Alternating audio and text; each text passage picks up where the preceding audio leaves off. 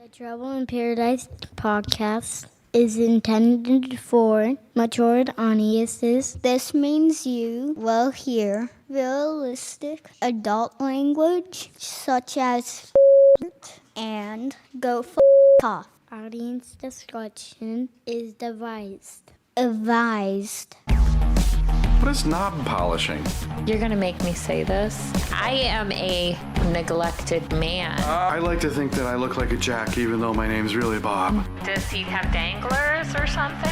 Well, it's time to go do them lighthouse duties. Sitting in the cheese at the old Walmart to cool off. That should be the headline. Man tasered in the nuts after stealing beef. Yeah, but you're not going to sit in the cheese. You're not going to sit in the cheese, and you're not going to put ribeyes down your pants either. House cleaning is secondary. So what is the Viagra triangle? Possibly we aid in your digestion. I don't know if his little hand is smaller than his little ears or what. Aw, well, maybe he has a syndrome. Want to go check out my RV? It's parked right around the corner. Because I'm pretty sure that I saw some moose knuckle. No. There is absolutely some moose knuckle going on. My swampy friend. What the hell is a swampy friend? I know. So they're not going to get any scraping on their shaft. Yes, I'm going to do a downward dog. Okay, pretty lady. You had on those gosh darn sexy leather-looking shorts. Ladies and gentlemen, and assholes, gather around. It's time for another action-packed episode of Trouble in Paradise. Hi, I'm Nigel Kent. And I'm Jasmine Starr. Welcome to Trouble in Paradise. Our show is a free-thinking, open-minded podcast discussing conspiracy theories, the paranormal, true crimes against humanity, plus our favorite only in Florida stories. The content presented by Trouble in Paradise contains speculation and conjecture and is not intended as educational material or advice. It is therefore not misinformation and does adhere to YouTube's community guidelines. Say that 5 times fast. Okay, well, we also have some grumbling dogs in the background, some hungry, grumbling doggies that are not happy that they have been relegated to the dog crate for the duration. Tonight, we are going to cover one of the most interesting conspiracy theories within a conspiracy theory that I can think of, and that is the Apollo moon mission landing film projects, whatever you want to call them. But there are 2 conspiracy theories in play here. One of them is that it's actually 3 conspiracy theories in play here. We'll start with the popular one, which is that the United States landed astronauts on the moon. Right? That's one. Mm-hmm. Then there's the controversial conspiracy theory, which is that we didn't land anybody at all on the moon. And finally, the conspiracy theory that we're going to evaluate during today's episode, which is kind of interesting conspiracy theory that Stanley Kubrick, the famous film director who got Epsteined, was the director and editor and principal director of photography for the footage that was used on the Apollo 11 moon landing television program. So that's the theory that we're going to be evaluating tonight. But first, we were officially censored. Episode 51 was officially censored by YouTube. Yes. Because we were talking about another conspiracy theory. Actually, really not even a conspiracy theory, just an interesting scientific theory that the people who had claimed to be abducted by aliens and had medical devices or interface devices removed from their bodies by a surgical procedure conducted by a doctor. Yep. We speculated that technology was kind of similar Well, it was to the COVID vaccine technology, right? Well, all we were simply saying was that there was, essentially that there was documentation, there was a connection with a previous official that worked for the government that privately funded this doctor for his surgeries, and that there was some interesting technology And however, it didn't matter how we presented that information. We unfortunately had that episode removed.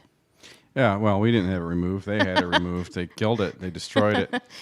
So It what is we wanted gone. to It is quickly gone. do is go back through the YouTube COVID-19 medical misinformation policy.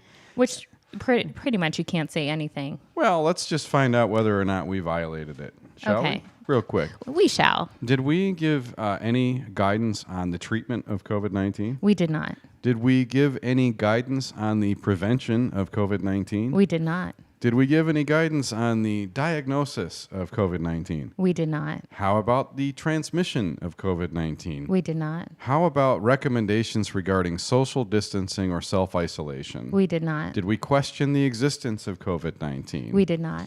Okay. Did we create content that encouraged the use of home remedies or prayer No, we about did not. COVID-19? Can you believe that's banned? Did we create content that claims there's a guaranteed cure for COVID-19? We did not. Did we recommend the use of ivermectin or hydroxychloroquine for treatment of COVID-19? We did not. Did we claim that ivermectin is an effective treatment for COVID-19? We did not. Not during that episode. They censored the wrong one. Let's see. We just covered. On that one, we just covered a speech that was done. Period. Point blank. We'll just leave it at that. About ivermectin. Yeah. Okay. We were just covering something that was in the mainstream media on that, so we can bypass that one. It was well covered. Did we create content that discouraged people from consulting medical professionals regarding COVID-19? We did not. Did we claim that there's a guaranteed prevention method for it? We did not. Did we claim that any medication or vaccination is a guaranteed prevention method? We did not. Okay. Did we claim that ivermectin or hydroxychloroquine is a guaranteed prevention method? We did not in that episode. Did we claim that wearing a mask is dangerous or causes negative physical health effects? We did not in that episode. Okay. Did we claim that masks do not play a role in preventing the contraction or transmission of COVID-19? We did not. No. Okay. So basically, we didn't violate their policy, and we they did snubbed not. us anyway. No.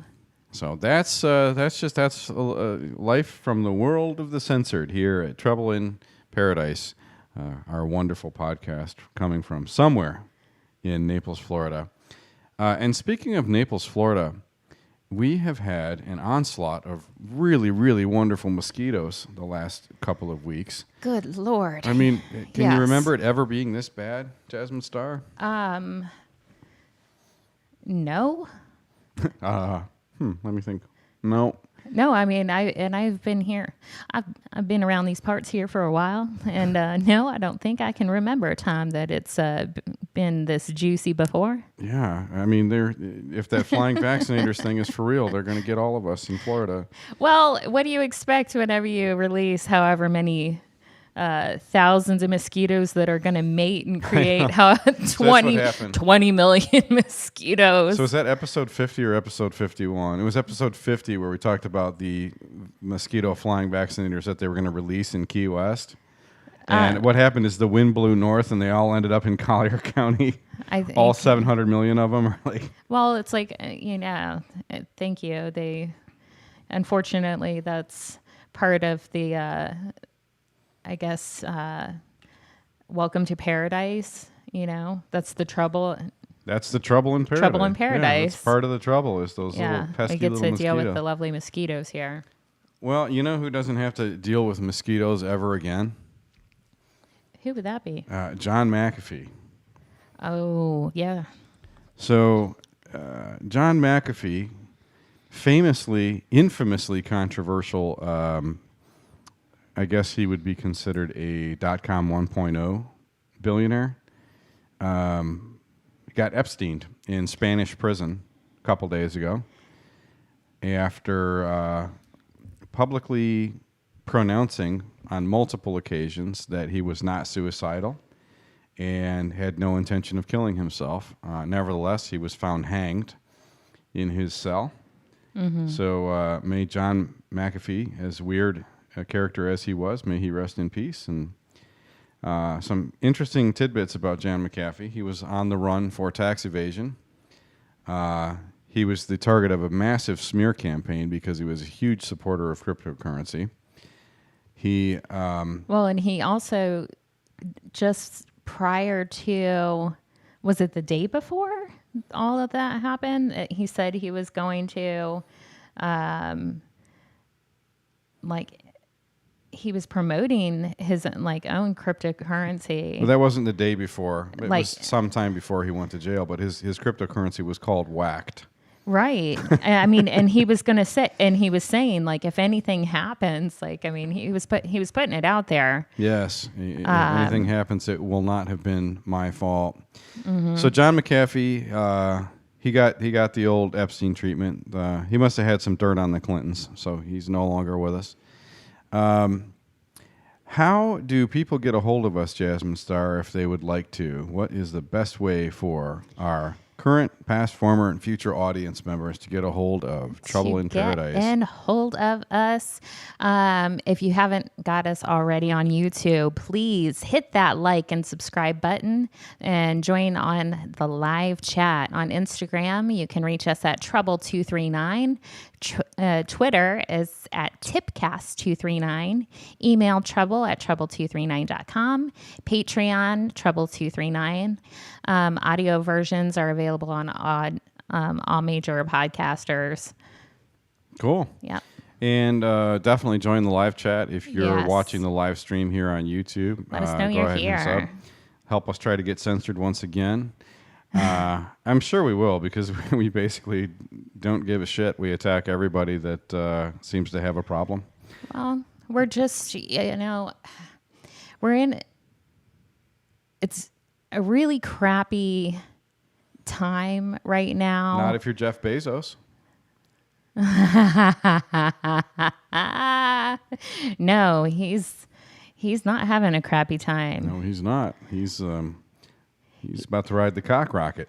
He is. Now, and all because he threw a little temper tantrum because, Elon Musk was going to get a little bit of government money and... Oh, poor Jeff Bezos and didn't he get was- $10 billion. And because SpaceX was getting some money, then Blue Origin, he was feeling a little left out that he wasn't going to get to fly his little cock rocket around. And Poor Jeff Bezos. Poor Jeff.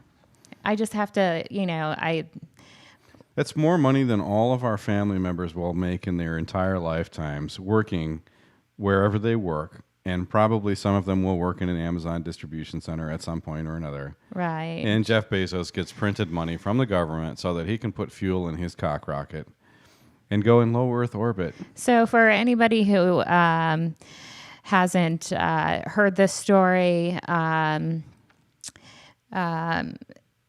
Bezos is getting government funding in the small amount of $10 billion With a B.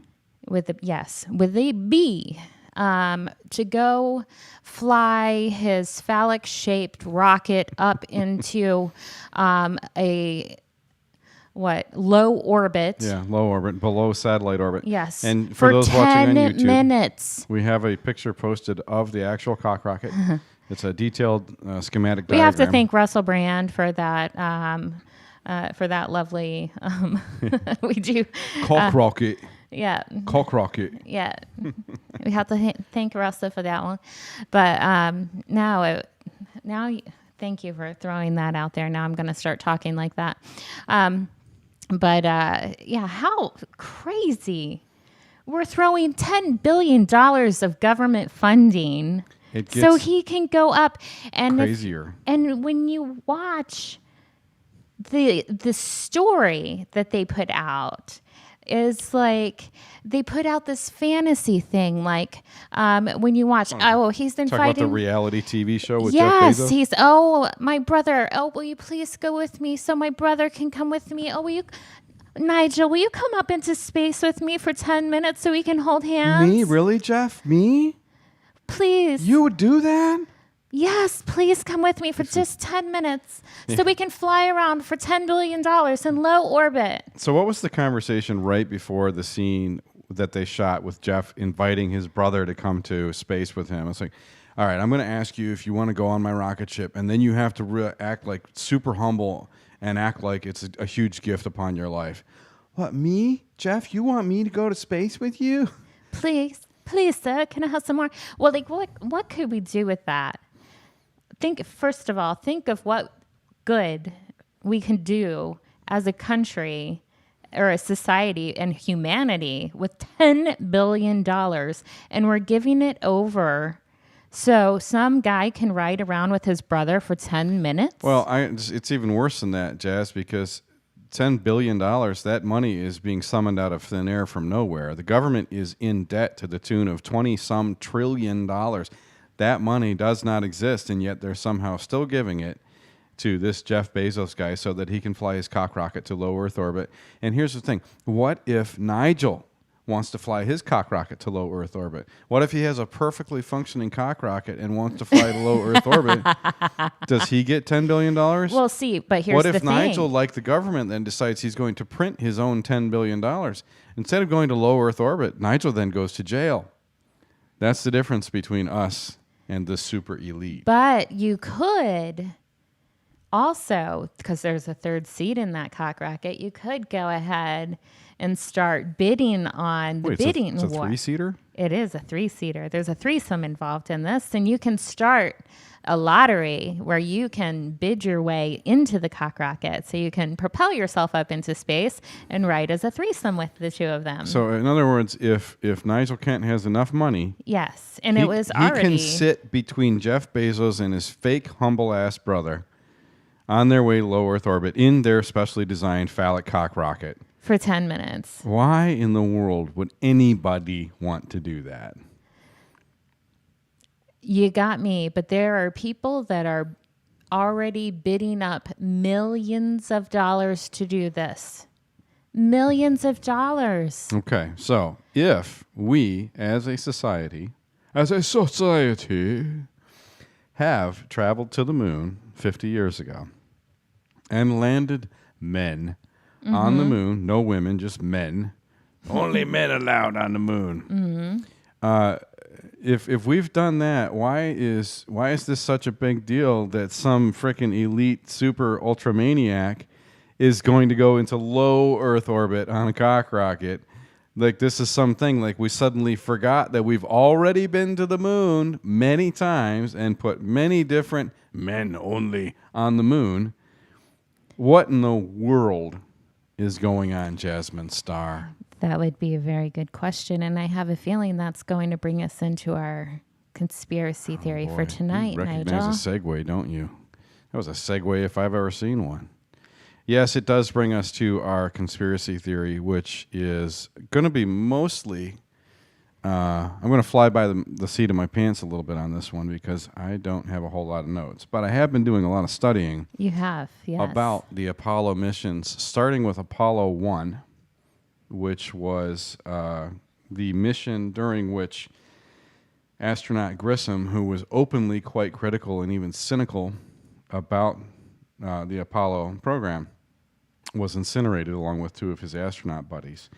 For those not familiar with the Apollo missions, they became the mission platform was started in the late 60s because Kennedy in 1961 said in his first big speech after becoming elected, I guess that would be his inauguration speech, he said that we're going to go to the moon, period. Like, it's a space race. We're going to get there first.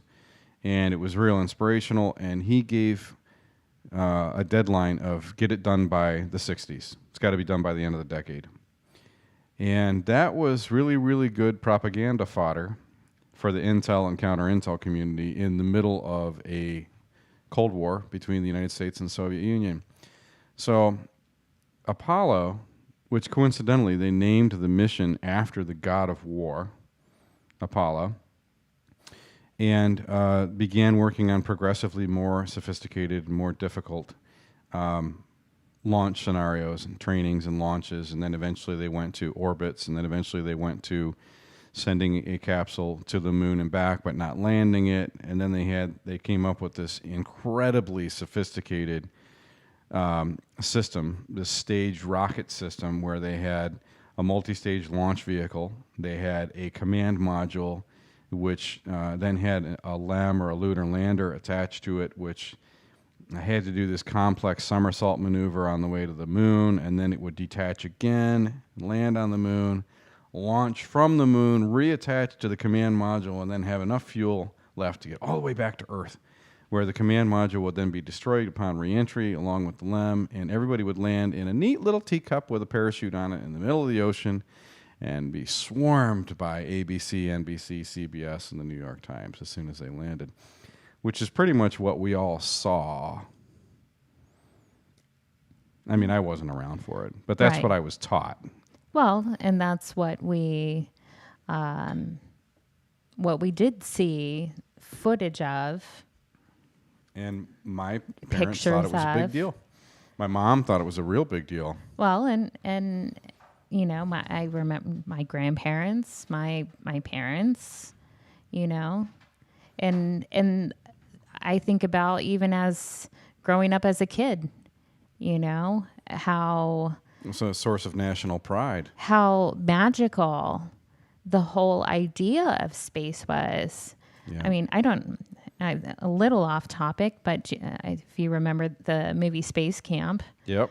And everything, you know, it was like... That's the one where the guy's like, how many assholes are there on this ship? That would be a different movie. That would... That's when the kids ended up getting launched off into space. Yes. Yeah. They somehow ended up on a real space shuttle. Oops. Yeah, when the robot sends them up into space. But like, you know, I can remember how much I wanted to go to space camp as a kid. Yeah, me you know, too. It was a magical thing. Yep. And all of that came from this imagery that we believed to be true. Mm-hmm. Why do you think we believed it? That's a good question. Because we didn't question the narrative then. We didn't think anything to be askew. We didn't have a reason to question any of this stuff then. Mm-hmm.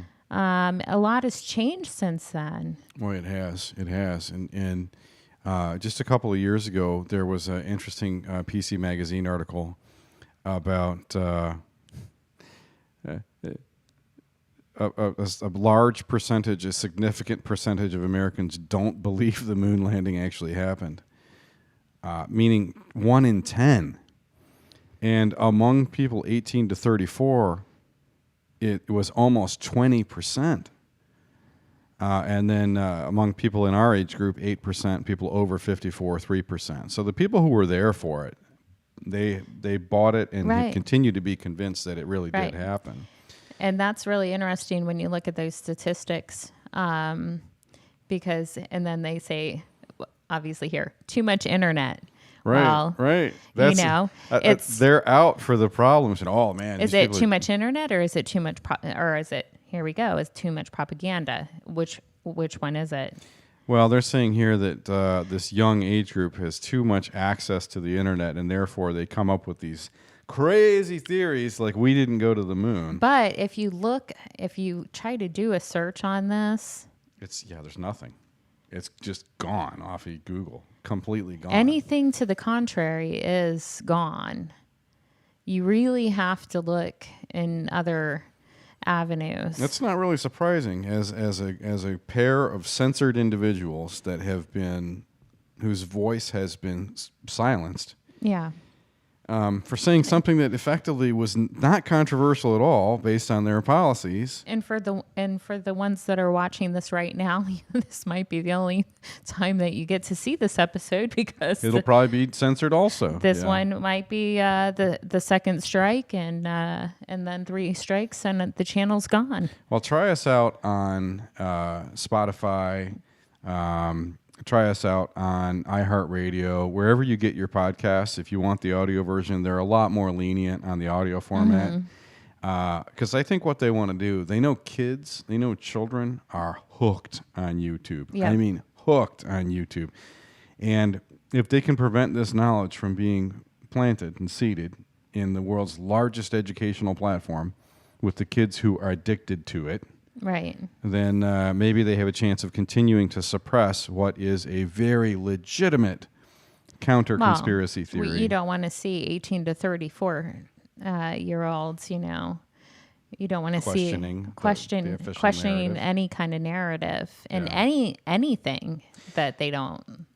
So there's a couple of other interesting stats here. 75% of moon landing deniers think that aliens have visited Earth, whereas people who believe in the moon landing, only 43% of them believe that aliens have visited the Earth. That is extremely telling to me, because I think the whole aliens have visited the Earth theory is a lot more mainstream plausible, that people will be a lot more accepting of the idea that aliens have visited the Earth. Can you believe that there are people still out there today that are denying UFOs and denying the possibility or the likelihood that there are probably alien races flying around the universe? Isn't that kind of mind-blowing that people deny that? Nowadays, honestly, nothing surprises me. Yeah. And that 43% of moon landing believers, only 43%, a minority of people who believe the official narrative about the moon landing. That statistic actually kind of surprises me. Yeah. That it's that skewed. But the way I look at it is that you have, that's the difference between the critical thinkers and the people that are open-minded versus the people that are closed-minded and non-critical thinkers. Yes. Sorry. Non-critical. I don't want to say that anybody who Political thinkers. Anybody that believes in one theory versus another is not a critical thinker. I don't want to put you down there. Yeah, we're not putting down no. anybody that believes the official story. No, we're not trying to put down anybody's belief in any way, shape, or form. I spent 43 and a half years of my life believing the Apollo story in its entirety and not questioning it. Well, we just our last episode, we said that we believed the whole narrative about Waco for how many years? Until we started doing some homework on it. Absolutely, Yeah. because we grew up in that time. So so we're not questioning anybody in what they believe, but I think that those statistics are very telling and interesting. That 75% of the deniers do believe in the aliens have visited. That's so according to very this interesting. article, in the 80s and 90s, lots of kids wanted to be an astronaut. Right now, only 11% say they'd like to be an astronaut, but 29% say they'd like to be a YouTuber. And that's my point about YouTube. That tells you all you need to go. There's a lot of This is actually a great article if you're looking for excuse journalism, and it's not supposed to be an opinion piece. It's written by a guy named Eric Griffith. PC Magazine. Eric Griffith. I would be really interested too. That was written in July of 2019. I would be really curious now what those statistics are like. Yeah. Because I think just over the last year and a half or 2 years, almost 2 years now, since that article was written, so much has changed and people have become so much more open and critical about the way that they view the media. I think COVID has crystallized people's positions on the media. I would really be interested to see how those statistics change. Yeah. So when I had my aha moment about the moon landing, which I now believe was fake, okay, and I believe all of them were fake, but I think we're going to concentrate mainly on Apollo 11. And there's issues with all of them. And this is not going to be a super technical deep dive. We're going to cover a couple of the what I call smoking gun pieces of evidence, and we'll give you some info about people who have done the research if you're interested in checking out more and kind of making up your own mind, because these are sane, smart, rational, scientific, critically minded individuals who simply noticed a few things about the coverage and about the photographic science, especially on Apollo 11, that really made them scratch their heads and go, wait a damn minute. And the aha moment for me was when I was told the story of this photo that we have on the screen here, which is the famous photo of, it's either Buzz Aldrin or Neil Armstrong, purportedly taken by the other astronaut, because there were 2 astronauts on the moon on Apollo 11. 2 of them stepped foot on the moon. And you can see in their apparatus a camera, which is not entirely visible in this shot because it's underneath a hose on the spacesuit of this astronaut. But the cameras that these guys wore were mounted between the belly button and chest level. And in order for them to take each other's pictures, they would have to point their chest at the subject that they were shooting and then press a button on the exterior of their spacesuit, which would then clap the camera shutter and take a photograph. And this is an experiment that you can do at home.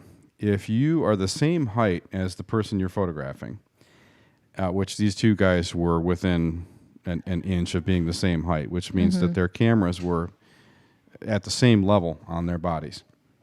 If you take a photograph of your partner at chest level, the horizon will always appear above their shoulders, or will always appear below their shoulders, rather. Okay. But if you move the camera up to your own eye level and take that same photo, the horizon will then move above their shoulders because you will have obtained a higher point of view. So this is in this particular photograph, you can see that the horizon line is right through the astronaut's head. It's well above his shoulders, which means that this photograph was taken from above and not from between the navel and the nipples, so to speak. And the only way that could have been is if the photographer was holding a camera above his head, which these astronauts did not, according to the official record, possess cameras that could be held above the head. They were attached to their sternum area, and they couldn't be moved. And so when I heard this story, it really got me thinking. And you know how it goes with the rabbit hole. Once you start to go down the rabbit hole, yeah. Yeah. Was it you who posted something this week that said in order for Alice to go down the rabbit hole, she had to fall? Yes. That was me. That was me. That was me. So when I saw this photo and when I heard the story about this photo, that was me falling.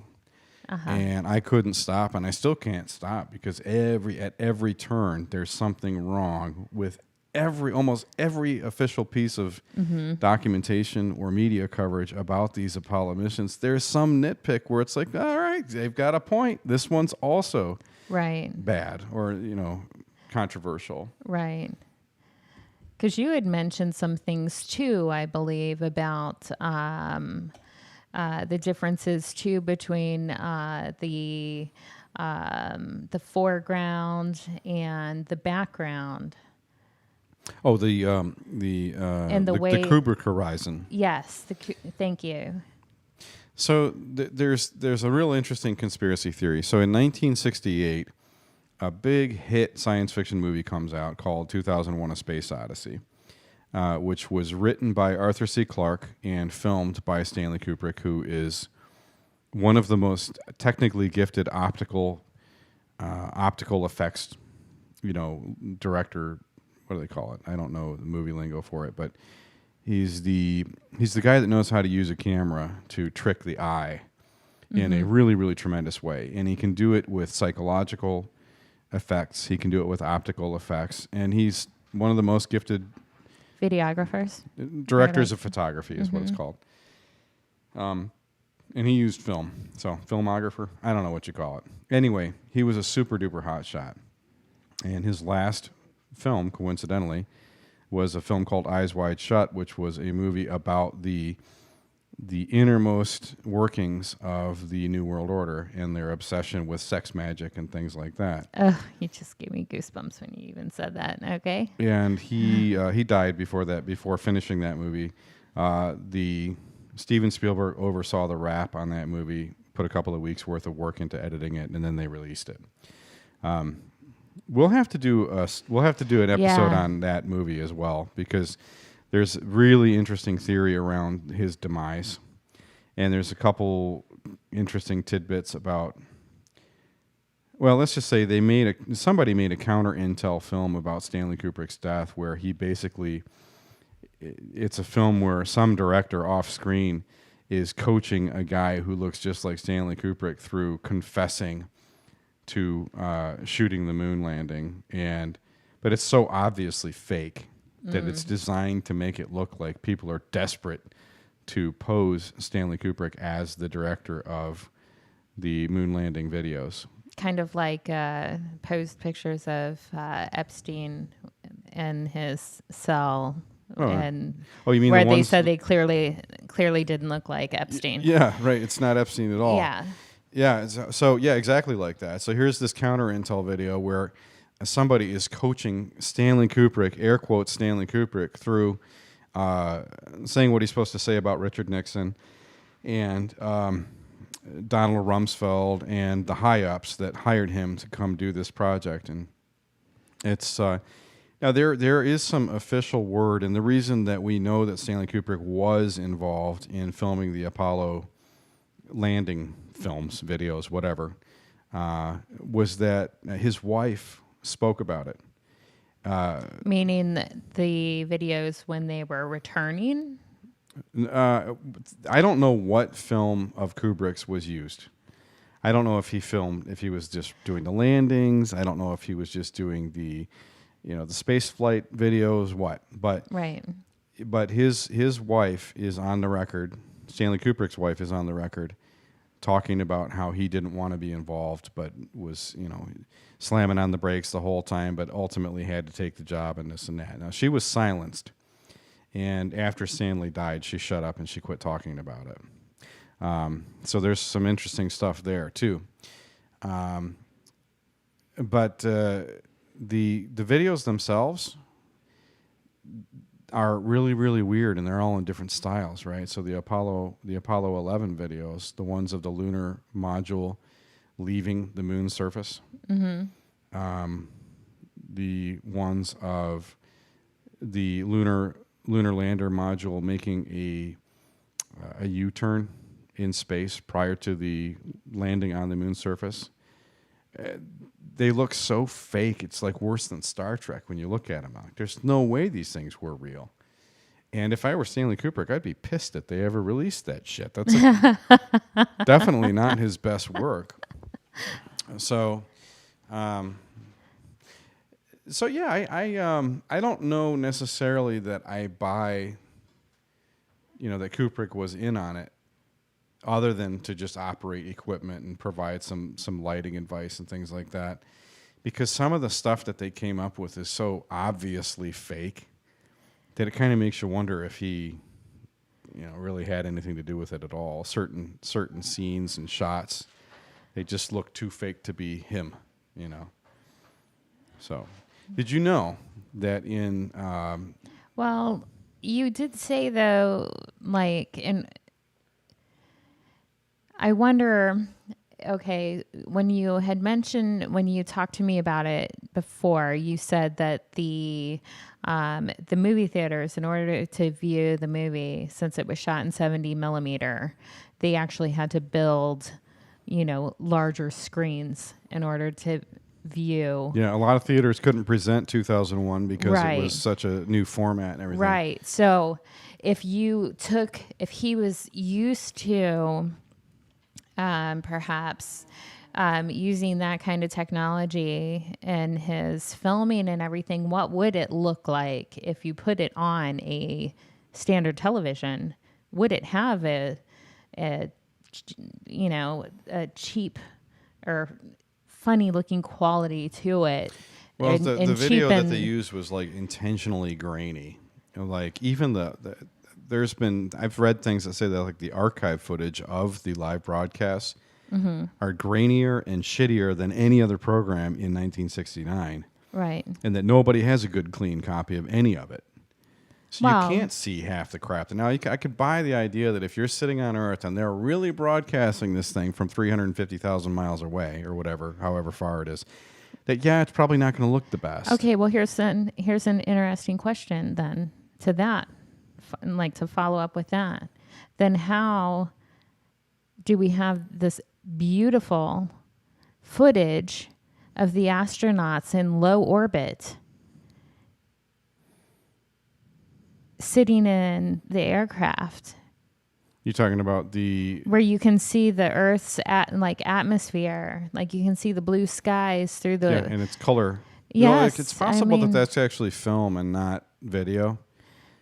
I get what you're saying, right. though. They look much, much better in the So- later Apollo missions. So how do we have that kind of quality? That was Apollo 11. Oh, that would have been on the way out, not on the way back. But you're talking about I think I know which film you're talking. You're talking about the portion of the mission where they were escaping. They were escaping orbit velocity from the Earth. In other words, they were attaining enough velocity to leave Earth orbit.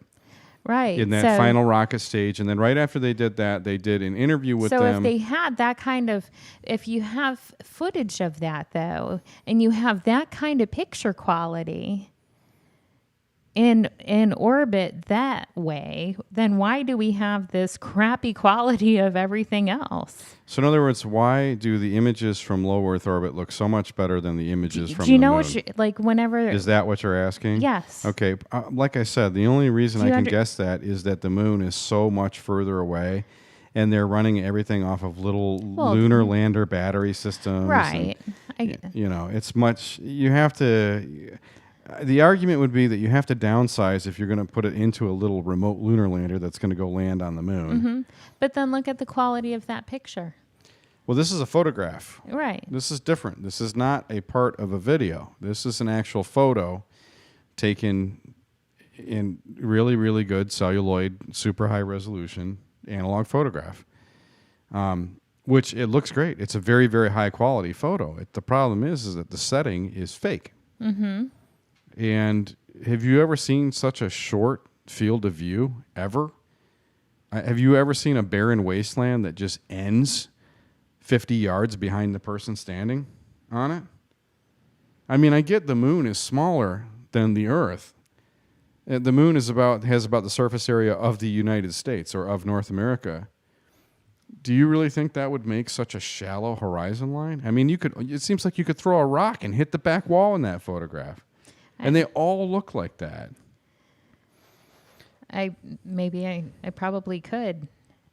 I'd have to warm up my arm a little bit, but So that's where the Kubrick horizon phenomenon comes in. If you look at all of the Apollo photographs that have been released, are all of the ones that are released also from the same? No, they figured out the problem with this photo by the time of the next Apollo mission and took all of the ensuing photographs at chest level. Oh, okay. So they figured that one out pretty quick. Now, most people, when they look at this photograph, they say, now, again, for people listening and not watching, this is a photo from Apollo 11. It's the famous Time magazine cover photo of either Neil or Buzz standing on the moon surface, looking at the other man, and you can see the lem in the reflection of his visor, and you can see the other astronaut in the reflection of his visor, along with some shadows that are roughly parallel. And so, the damning thing here is the position of the horizon relative to the photographer and the subject. The photographer is clearly taller, much taller, than the astronaut that's being photographed here. So when people look in the visor, they try to say, oh man, there's a reflection. That's where it's got to be, right? There's something wrong with this photo. Look in the reflection. The reflection's completely touched up. It doesn't matter what's in the visor because it's a different photo. This is a picture that was just clearly taken from the wrong angle. And it almost looks like he's falling forward, too. But that may be, I know they did a lot of experimentation around the optics of what does it look like to walk on the moon. He's clearly been down on his knees. You can see that he's got dirt on his knees. Mm-hmm. And his feet look like they're into the turf a little bit, too. They're into the terrain. But at any rate, so there is another phenomenon that is apparent in this photo that was a dead giveaway that something was being faked, and that's an optical phenomenon known as artifacting, or what you call the spotlight effect, fall-off artifacts. And let's take a look at this photo and tell me if you see anything weird about the background or about the way the light is falling on the...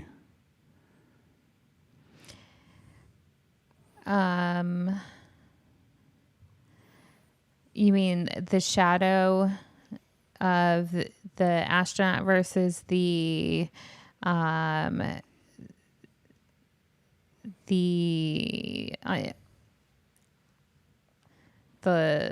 light in his visor? Nope, it doesn't have anything to do with his visor. Although that's another piece. That's not the main piece. But this photograph was taken in broad daylight.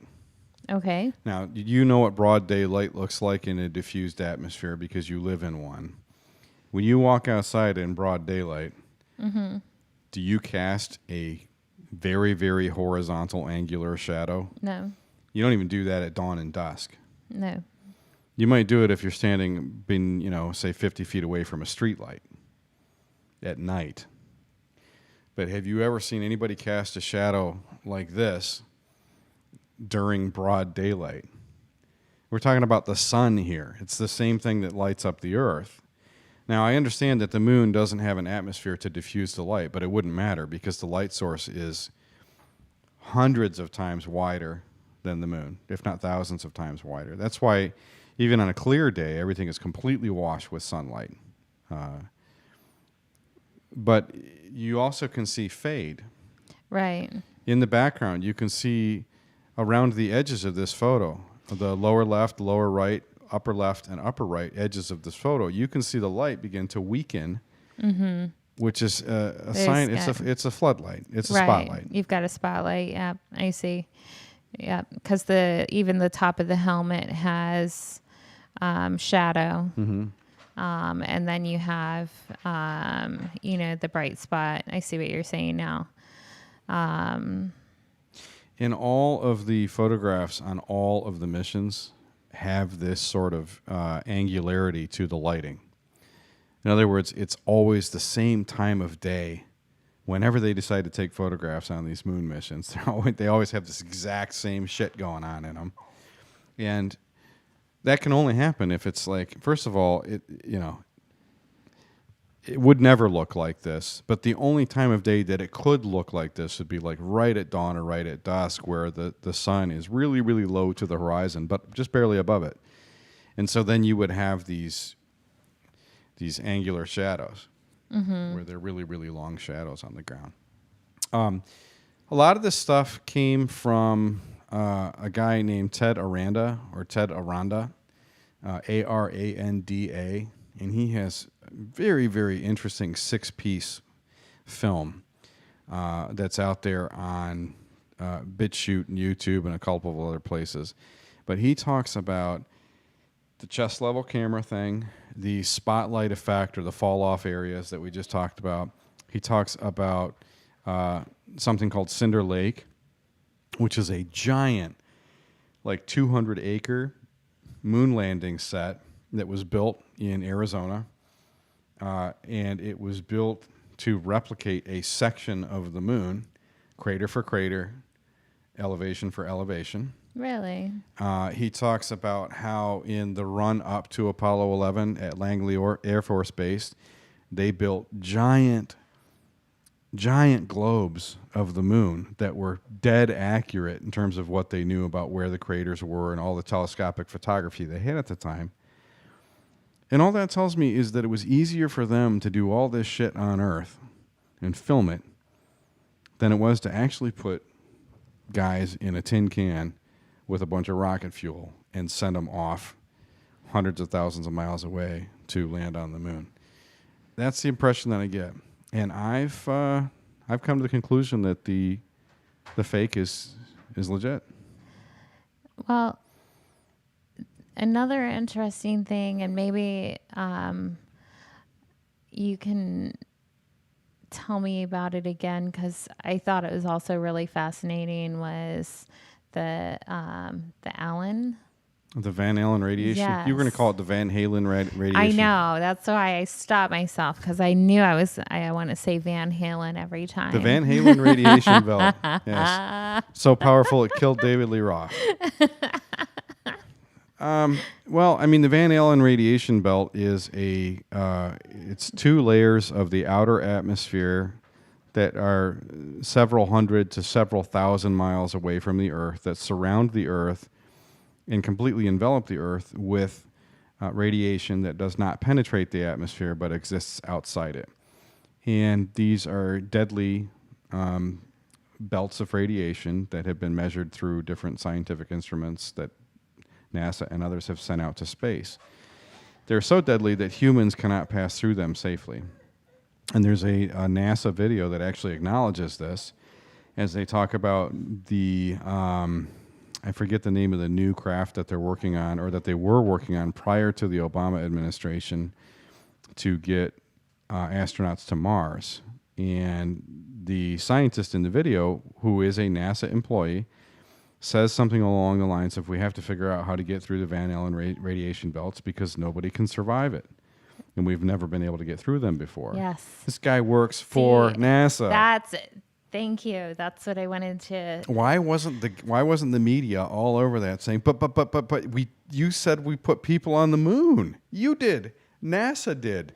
Your boss told us that we put people on the moon. See, and provided all kinds of videos and photos about it. For me, like whenever you told me about that, it was like, yes, we had, some of this footage and the videos and stuff like that, but there's something about that specific part for me. That was my aha moment, where I was like, oh, it's like when you have somebody say from NASA, like, we can't figure out how to, like... We can't figure out how to do this thing we already did 50 years ago.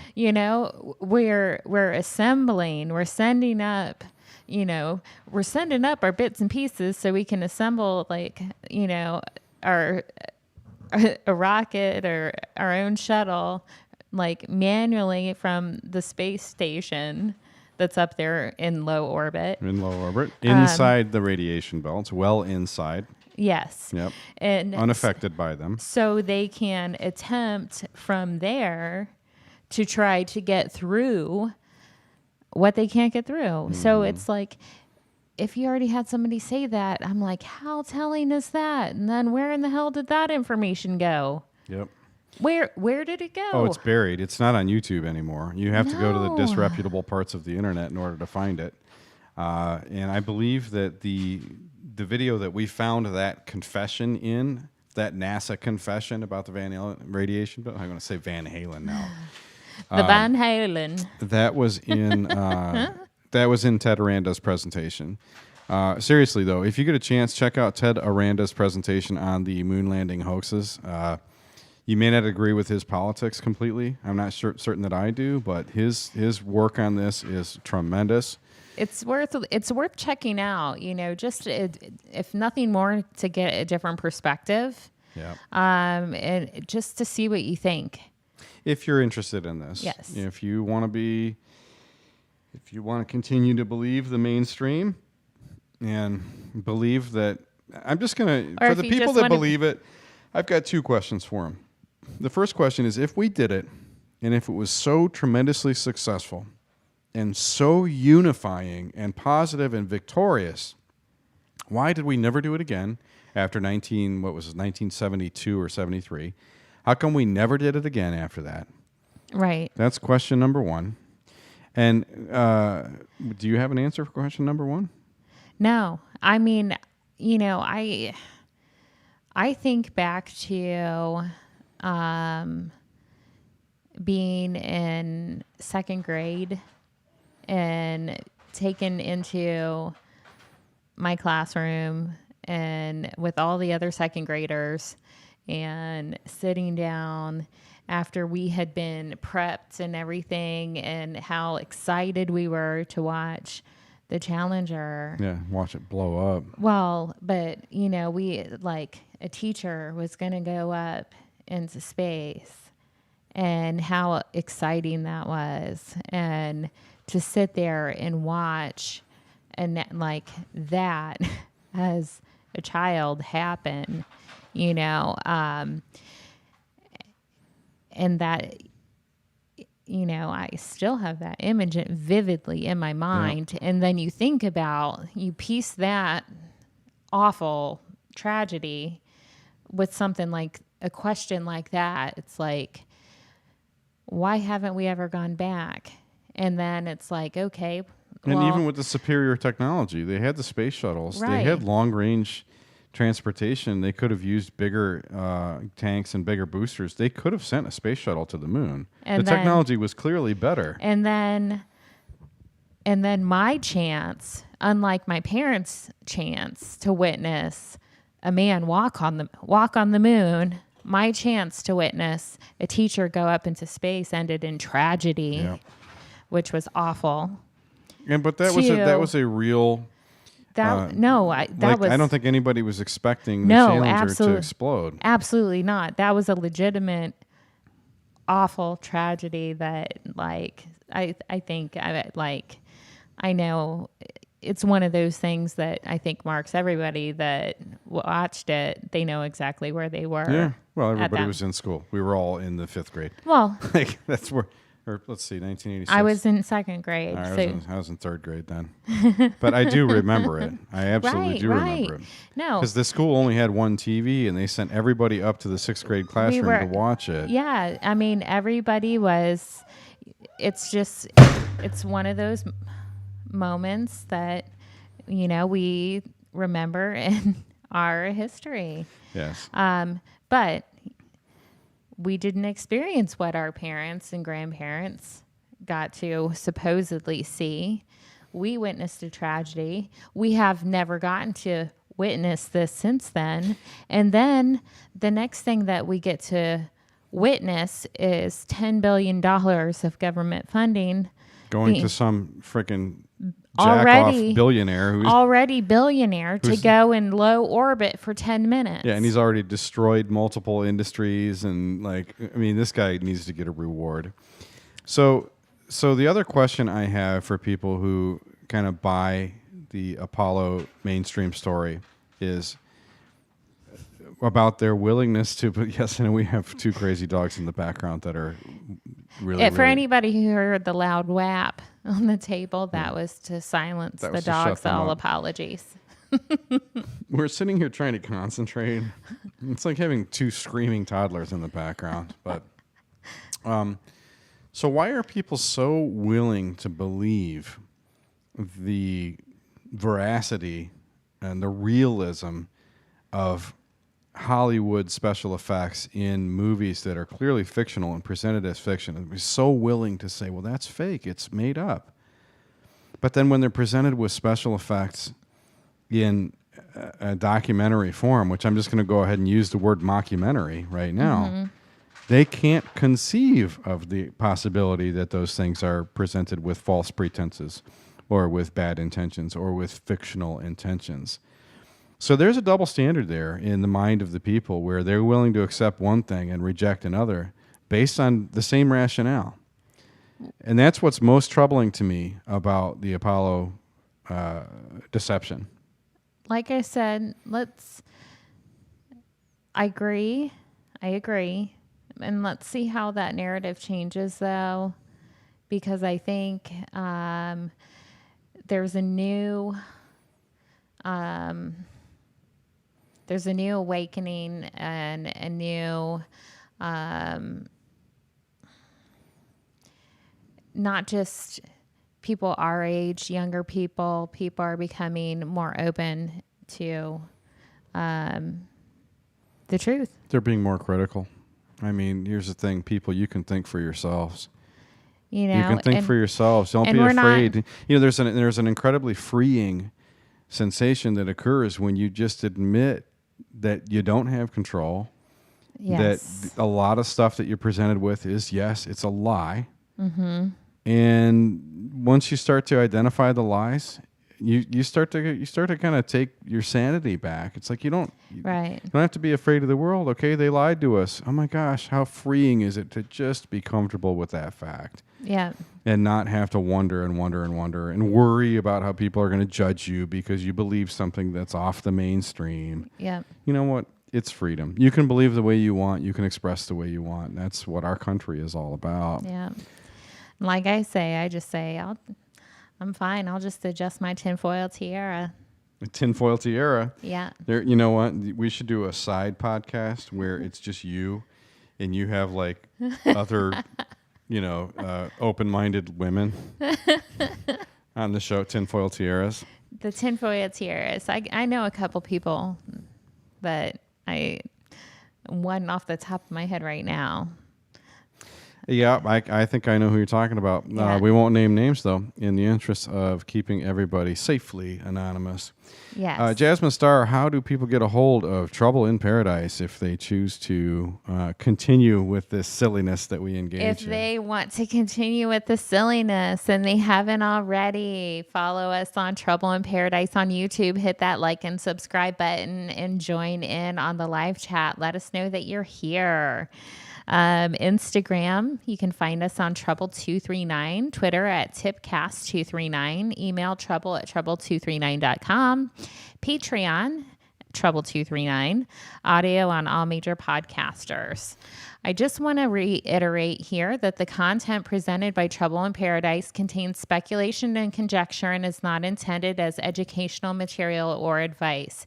It is therefore not misinformation and does adhere to YouTube's community guidelines. All right. And so we presented a double conspiracy theory this evening. The first conspiracy theory is that the moon landings themselves were faked. I'm going to go ahead and give that a plausible. What do you think? So we've got two plausibles on that one. The second one is that we didn't get too deep into this one, but the reason that I wanted to do this episode is because I began reading about the theory that Stanley Kubrick was involved with, largely or greatly involved with the photography of those fake landings. So the theory there is that Stanley Kubrick was hired by the United States government to film the moon landings to make content for the program. I also believe that's plausible, and I'm going to give that one a thumbs up too. I don't know much about it, but based on what I do understand, and believing that he was definitely ahead of his time, and his visionary work was that of any other filmmaker. I'm going to go with plausible. All right, so we've got two plausibles for each conspiracy theory this evening. Everybody reach out. It's important that you give us a positive review on iTunes. That's where we can gain the most traction for our podcast. Definitely give us a comment, give us a thumbs up, hit the like button on YouTube. As all the other YouTubers say, smash the subscribe button, smash the like button. But just don't continue to smash your own objectivity and critical thinking. Think for yourselves. And we will see you in 2 weeks. We're doing every other Sunday evening at 7 p.m. Eastern. And we don't have a subject established for sure, but I guarantee you that we've got one that we're beginning to work on. We just can't reveal what it is just yet. It's going to be another great conspiracy theory because that's our formula here on Trouble in Paradise. And we would like to advise you to stay out of trouble.